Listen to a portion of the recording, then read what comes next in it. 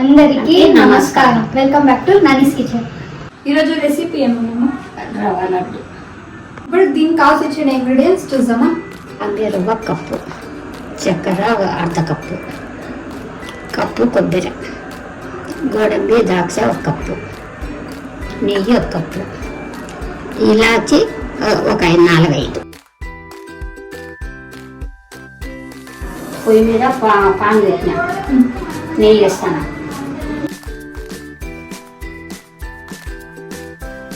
రవ్వ నెయ్యిలో ఎంచాలి. రవ్వ బాగా ఎంచాల.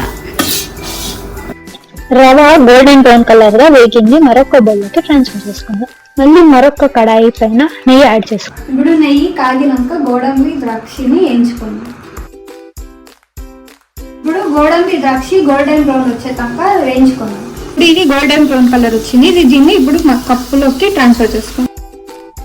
ఇప్పుడు అదే కడాయి మీద ఒట్టి కొబ్బరిని వేయించుకుందాం. పుట్టి కొబ్బరి బాగుంటా వేయించుతాను. నెయ్యి పాకం బట్టేకి చక్కెర వేస్తాను. కడాయిలోకి చక్కెరకు పాకం బట్టేకి నీళ్లు పోతాను. పాకం అయినాక రవ్వ వేసి గోడంబి ద్రాక్ష వేసి ఒట్టి కొబ్బరి వేసి ఉండగడతాను. పాకం అయింది, ఇట్లా బంక రావాలి. ఇక్కడ పాకంలో యాలక్కిని యాడ్ చేసుకుందాం. ఇప్పుడు ఇందులోకి డ్రై ఫ్రూట్స్ ని యాడ్ చేసుకుందాం. ఇప్పుడు పాకంలోకి రవ్వ వేస్తాను. అలా కలిపెట్టాలి రవ్వ వేసి. ఇప్పుడు ఇందులోకి ఒట్టి కొబ్బరిని యాడ్ చేసుకుందాం. బాగా కలిపెట్టాలి. బాగా కలిపెట్టినాక స్టవ్ ఆఫ్ చేసి ఉండగట్టాలి. ఉండగట్టేకి 2 వేడి పాలు పోస్తాను. పాలు బాగా కలిసేటట్టు కలిపాలి. కలిపినాక ఉండగట్టాలి.